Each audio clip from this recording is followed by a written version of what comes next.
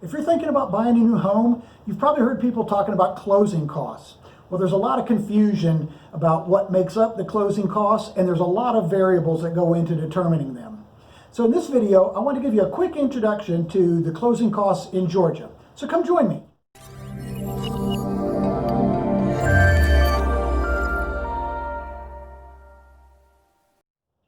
Hi, I'm Stewart Ebaugh, a realtor in the metro Atlanta area. And just about on every transaction, the question always comes up, how much are the closing costs going to be? Well, I wanted to put together this video that I could share with clients rather than try to explain it every single time. Closing costs are just what the name implies. They're the costs involved to close the transaction and transfer the ownership from the current homeowner to a new buyer. Now, there's a lot of pieces to the puzzle that make up the closing costs, many of which are going on behind the scenes that buyers and sellers never see. But there's costs involved to do all that, and of course, the government has their hands in the cookie jar as well. Now, be aware that the closing costs are different than the down payment. While there are loan programs that don't require any down payment, there's still costs involved to close the transaction and transfer that ownership. And the closing costs cannot be rolled into the loan and financed. They must be paid separately. We'll take a look at an example here in just a moment, but in general, the buyer is responsible for paying all the closing costs. However, it is still typical in our area that the seller will agree to pay some negotiated amount toward the buyer's closing costs. And depending on the loan program that you're using, it could be up to as much as 6% of the sales price. Now, there's really no one figure or one set percentage to determine what that will be. So let's jump in and take a look at an example. The first set of numbers on the settlement statement will be the financial and proration or adjustment section.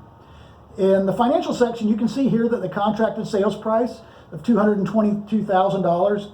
On the next line, the buyer had already given a $1,000 earnest money deposit when they made the offer on the house, so that reduces the amount of money that they still need. The next line is the loan amount that they're borrowing. And after that is the seller credit of $4,000. Now that's the lump sum amount the seller agreed to pay toward the buyer's closing costs. And then there's a lender credit, and this amount will vary from lender to lender and on every transaction. The next section shows the prorations, and the two most common you'll see are the property taxes and the homeowners association dues, if there are any, based on the number of days that each person owns the home during that year. Now let's look at the lender charges. This is where you'll see a wide variety of charges and different amounts for them based on the lender that you choose. Ultimately, this is how you'll compare apples to apples when selecting your lender, and not just solely based on the interest rate. Before we hit the lender charges, let me draw your attention to this first line called prepaid interest. Here the buyer is paying 5 days worth of interest for the rest of April. So now they won't have a payment in May, and their first payment will be due June 1st. Now we come to the lender section, and as I said before, these numbers will vary greatly from lender to lender, if some lenders even charge some of these fees. So running down the list real quick, we see $10 for the Georgia Residential Mortgage Act fee, doc prep fees, MERS fee, which is basically a registration fee to keep track of your original loan terms, as your loan may get sold from lender to lender to lender over the years. And the next fees, origination, processing, underwriting, credit report, and appraisal, will all be different based on the lender. Now, I have lenders that don't charge any of these fees, other than the appraisal fee, but the appraiser has to be paid to go out and do their job anyway. Then we have the flood certification, which will be required if you're getting a loan. And this particular one has an FHA loan on it, so it has the required mortgage insurance premium. And then the post-closing fee. Again, some lenders may charge that and others may not. Next, we have the impounds, or what's often called prepaids. Here you can see the two amounts for homeowners insurance and property taxes. This is where your lender is setting up an escrow account that the lender will pay your insurance and your property taxes out of each year for you.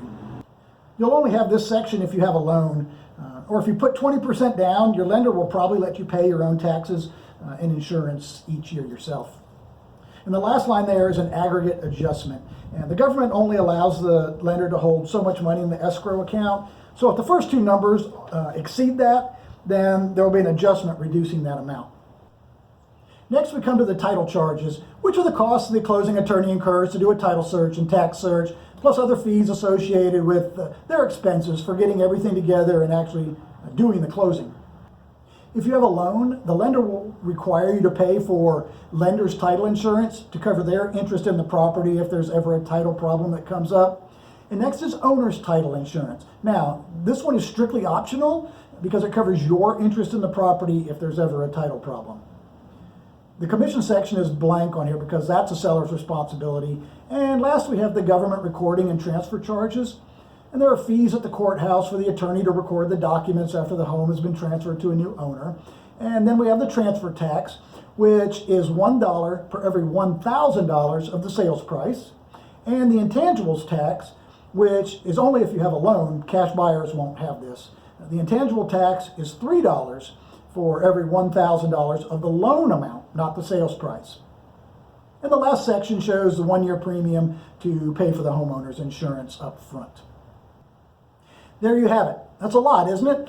Well, my goal here isn't to make you an expert on closing costs in Georgia, but just to give you a basic understanding of the things that make them up and why it's impossible to answer that question of how much are the closing costs going to be. Every situation is going to be different.